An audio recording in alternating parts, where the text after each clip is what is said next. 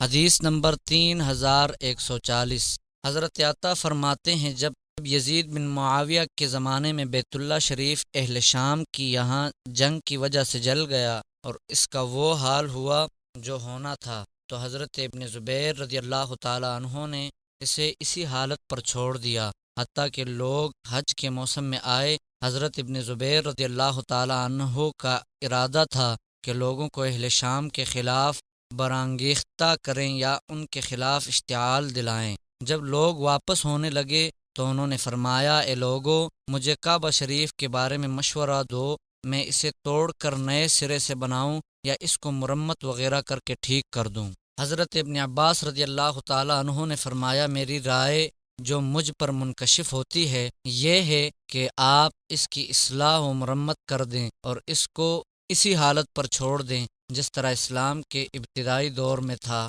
اور انہی پتھروں کو رہنے دیں جو لوگوں کے اسلام لانے کے وقت تھے اور رسالت مآب صلی اللہ علیہ وآلہ وسلم کی بعثت ہوئی تھی۔ حضرت ابن زبیر رضی اللہ تعالیٰ عنہ نے فرمایا، اگر تم میں سے کسی کا گھر جل جائے تو وہ جب تک نئے سرے سے نہ بنائے راضی نہیں ہوتا، رب کا گھر کیوں نہ نیا بنایا جائے؟ میں 3 بار استخارہ کرنے کے بعد اپنے ارادے کو پکا کروں گا۔ جب 3 بار استخارہ کر لیا تو انہوں نے کو توڑنے کا ارادہ کر لیا۔ لوگوں کو ڈر ہوا کہ جو شخص توڑنے کے لیے پہلے اس پر چڑھے گا اس پر آسمان سے بلا نازل نہ ہو جائے، حتیٰ کہ ایک شخص اوپر چڑھا اور اس نے اس سے پتھر نیچے پھینکا۔ جب لوگوں نے دیکھا کہ کوئی آفت نہیں پہنچی تو وہ بھی اس کے پیچھے پیچھے گئے، چنانچہ انہوں نے زمین تک توڑ دیا۔ حضرت ابن زبیر رضی اللہ تعالیٰ عنہ نے 3 ستون کھڑے کر کے ان پر پردے ڈال دیے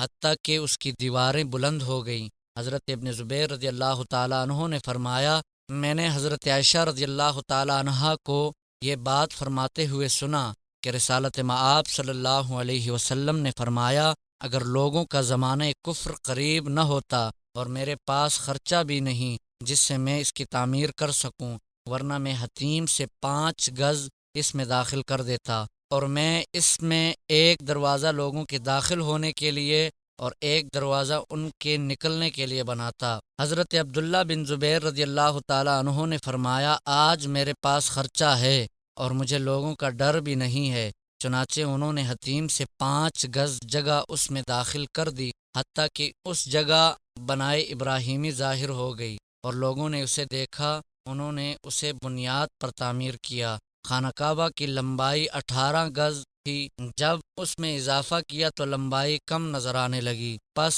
لمبائی میں 10 ہاتھ کا اضافہ کیا اور اس کے دروازے بنائے، ایک داخل ہونے اور دوسرا نکلنے کے لیے۔ جب حضرت ابن زبیر رضی اللہ تعالیٰ عنہ کو شہید کر دیا گیا تو حجاج نے عبد الملک بن مروان کو خط لکھ کر اس بات کی خبر دی اور یہ بات بھی بتائی کہ حضرت ابن زبیر رضی اللہ تعالیٰ عنہ نے بنائے ابراہیمی پر بنیاد رکھی ہے اور اسے اہل مکہ کے معتبر یعنی عادل لوگوں نے دیکھا ہے۔ عبد الملک نے اس کی طرف لکھا، ہمیں حضرت ابن زبیر رضی اللہ تعالیٰ عنہ کی تغیر و تبدل سے کوئی غرض نہیں، انہوں نے لمبائی میں جو اضافہ کیا ہے اسے برقرار رکھو اور جو کچھ حتیم سے اس میں ڈالا ہے اس کو اس کی پہلی بنیاد پر قائم کرو، اور انہوں نے جو دروازہ کھولا ہے اسے بھی بند کر دو۔ چنانچہ اس نے خانہ کعبہ کو شہید کر کے پہلے کی طرح بنا دیا۔